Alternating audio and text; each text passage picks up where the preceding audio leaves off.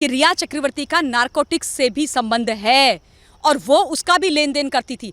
अगर ये केस है और इस केस का ये एंगल है और ये सच्चाई है तो ये बहुत ही लड़की जो है ना खतरनाक है। फिर तो इस लड़की को सीधे कस्टडी में लेके कस्टोडियल इंटरोगेशन करना चाहिए।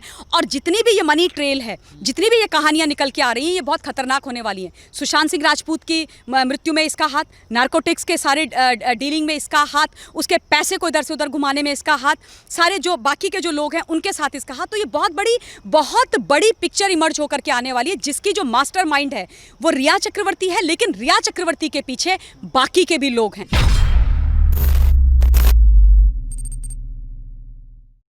जो 3 लोग उस समय मौजूद थे, सिद्धार्थ पिठानी, नीरज और दीपेश, इनके बयान मैच नहीं होते।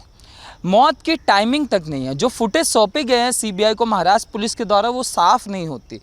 तो सवाल यही उठता है कि आखिर महाराष्ट्र पुलिस किस चीज़ को छुपाने की कोशिश कर रही है और किस तरीके से पूछताछ हुई थी कि सीबीआई 3 दिन में ही सारी चीज़ें सामने लाकर रख देती है और महाराष्ट्र पुलिस इतने दिन के पूछताछ में वो चीज़ें सामने नहीं रख पाई। इसी सारे मुद्दे पर बात करने के लिए हमारे साथ ममता काले जी मौजूद हैं। मैम से जानेंगे मैम के क्या विचार है। मैम इस मुद्दे पर हमेशा से बोलती रही हैं, तो उन्हीं से ठीक है, यहाँ से काट दो। मैम आपको बहुत बहुत धन्यवाद हमारे साथ जुड़ने के लिए। ये जो सारी चीज़ें हुई हैं मैम, क्या इंक्वायरी की है महाराष्ट्र पुलिस ने? यही सवाल उठता है कि सीबीआई को तो तुरंत फटाफट जो चीज़ चल रही है, ये इतने दिन से कर रहे थे, वो कर नहीं पाए। बिल्कुल जितेंद्र, सही प्रश्न आपने उठाया है। जो काम 67-68 डेज में मुंबई पुलिस और वहाँ की सरकार नहीं कर पाई, वो 4 से 5 दिन में सीबीआई कर चुकी है। इसीलिए डे 1 से ये मांग की जा रही थी हम सब के माध्यम से कि इस केस को सीबीआई को सौंप दिया जाए। देखिए, हिंदुस्तान की जनता जो है ना बहुत समझदार है।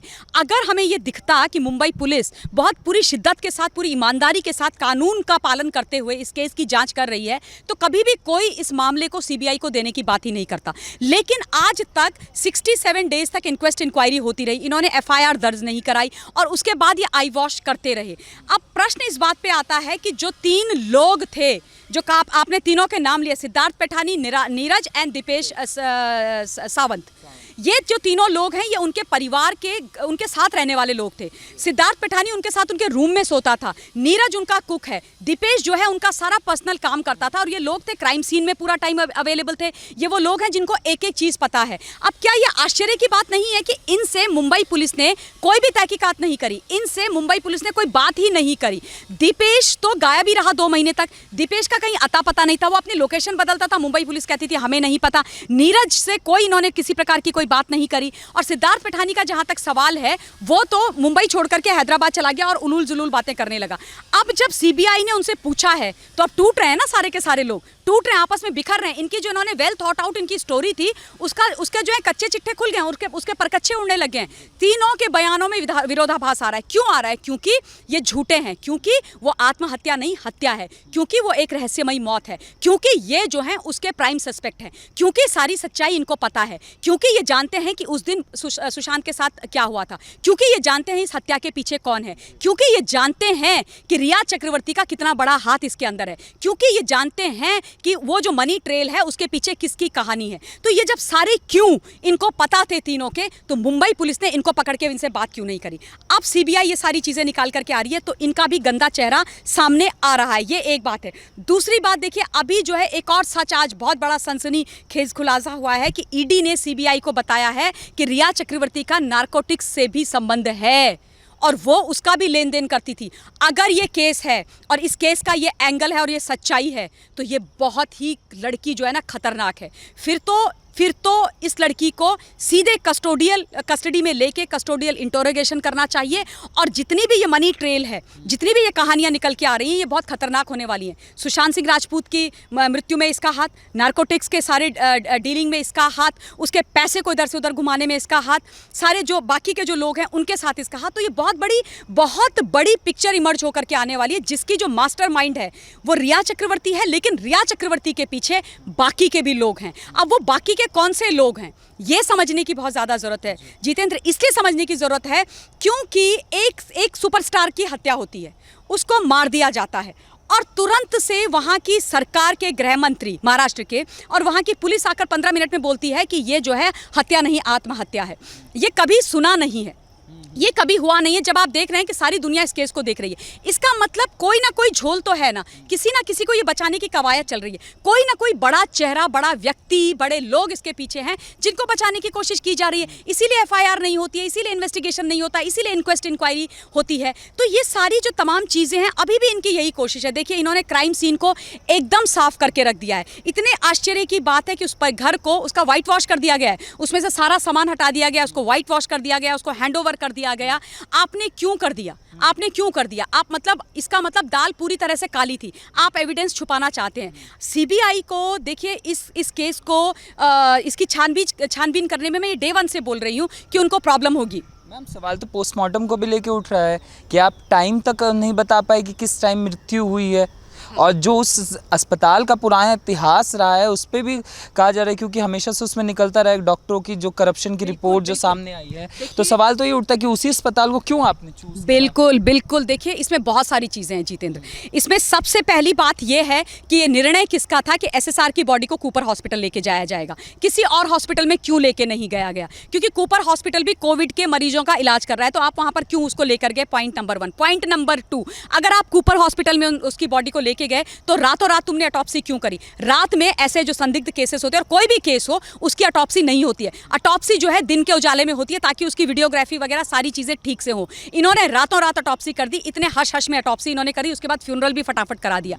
तीसरी आवश्यक बात, आज तक मैंने अपने जीवन काल में ऐसी कोई ऑटोप्सी की रिपोर्ट नहीं देखी है जिसमें टाइम ऑफ डेथ ना मेंशन किया गया हो। वो जो डॉक्टर्स हैं उन्होंने टाइम ऑफ डेथ उसमें क्यों नहीं दिया? चौथी जो आवश्यक बात यह है वो ये है कि उसकी जो वीडियोग्राफी हुई है, वो वीडियोग्राफी बहुत ही शॉडी है, वो क्लियर नहीं है, वो साफ नहीं है, बहुत ही ब्लर है वो। आप ऐसे कैसे कर सकते हो? आफ्टर ऑल आप एक किसी व्यक्ति की ऑटोप्सी कर रहे हो, उसको वो मरा है, उसकी मौत हुई है, रहस्यमयी मौत हुई है, और आप इस तरीके से कूपर हॉस्पिटल कर रहे हैं। देखिए, कूपर हॉस्पिटल संदेह के घेरे में पहले से, और जो आपने बोला है ये इसका इतिहास ये है कि वहां पर एक डॉक्टर का लाइसेंस रद्द किया गया था क्योंकि उसने किसी की ऑटोप्सी की रिपोर्ट पैसे लेकर के बदली थी।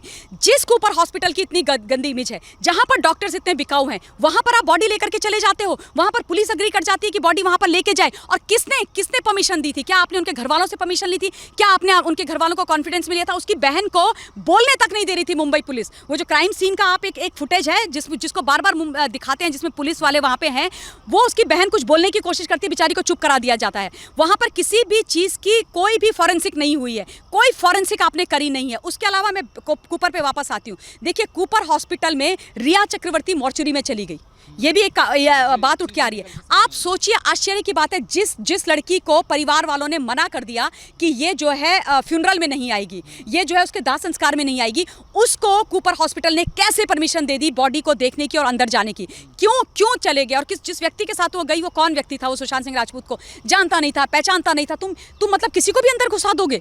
ये तो तुम उस व्यक्ति के साथ कर रहे हो जिसका केस इतना हाई प्रोफाइल है, करोड़ों लोग जिसके लिए लड़ रहे हैं, आप और हम लड़ रहे हैं, तमाम मीडिया लड़ रहा है। उस केस में अगर तुम ऐसा करते हो तो आम जनता के साथ तुम क्या करोगे?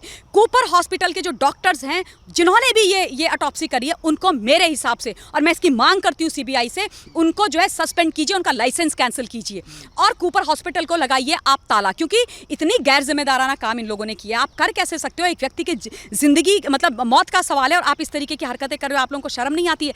कूपर हॉस्पिटल कल पुलिस गई और सीबीआई गई, और सीबीआई ने एक चीज पूछी, उनसे बहुत देर डिटेल्ड इन्वेस्टिगेशन करी। आप मुझे ये बताओ कि अगर सीबीआई जा सकती है तो मुंबई पुलिस क्यों नहीं गई? मुंबई पुलिस ने प्रश्न क्यों नहीं करे? और जैसे ही सीबीआई वहां पहुंचती है, जैसे ही सीबीआई मुंबई में पहुंचती है और एसएसआर के घर में क्राइम सीन को रिक्रिएट करने के लिए जाती है, मुंबई पुलिस वहां पहले ही पहुंच जाती है। और जब उनसे पूछा गया कि भैया तुम यहाँ पे क्या कर रहे हो? हम तो पानी पीने आए थे जी, पानी पीने आए थे सोसाइटी में। क्यों? पानी दुकानों में नहीं मिल रहा है तुमको? तुम्हारे को मतलब ताले चाबी वाला तो मिल गया था ताला तोड़ने के लिए उस समय उसके कमरे का, अब तुम्हें पानी पीने वाला नहीं मिल रहा है। तो संदेह के घेरे में ये लोग हैं, और इनसे ज़्यादा सरकार है। देखिए, मुंबई पुलिस वो पुलिस है जितेंद्र, जिसने माफियाओं को अंडरवर्ल्ड्स के दांत खट्टे कर दिए थे मुंबई के अंदर, जिनसे अंडरवर्ल्ड वाले माफिया जो थे वो डरते थे। मुंबई पुलिस का लोहा माना जाता है। वो मुंबई पुलिस की लेगेसी को आज के जो वर्तमान समय के मुंबई पुलिस के कुछ जो अधिकारी हैं, आला अधिकारी, वो उस लेगेसी को आगे क्यों नहीं लेके जा रहे हैं? आप उनका नाम क्यों बदनाम कर रहे हो? आप हिंदुस्तान की पुलिस का नाम क्यों बदनाम कर रहे हो? खाकी और खादी का जो ये खेल चल रहा है ना, उसमें खादी जो है खाकी को पूरी तरह से कॉम्प्रोमाइज करवा रही है। खाकी जो है वही काम कर रही है जो खादी उनसे करने के लिए बोल रही है। अब प्रश्न ये है कि खादी बचा किसको रही है? अब ये बात है कि खादी क्यों नहीं चाहती थी कि सीबीआई के पास ये केस जाए? अभी भी खादी ये क्यों नहीं चाहती कि इस केस की फेयर एंड स्क्वायर इन्वेस्टिगेशन हो? बहुत सारे प्रश्न हैं, समय थोड़ा सा लगेगा। मैं सीबीआई बहुत ही फेयर और बहुत ही उम्दा इन्वेस्टिगेटिंग एजेंसी है हमारे देश की, और मुझे उस पर, हम सबको उस पर बहुत ज़्यादा भरोसा है। लेकिन हाँ, ये ज़रूर है कि उनको थोड़ी समस्या होगी। समस्या इसलिए होगी कि 67 डेज़ में ना एविडेंस को साफ किया गया है। तो ये केक वॉक उनके लिए नहीं होने वाली है, लेकिन डेफिनेटली वो सच्चाई सामने ले करके आएंगे।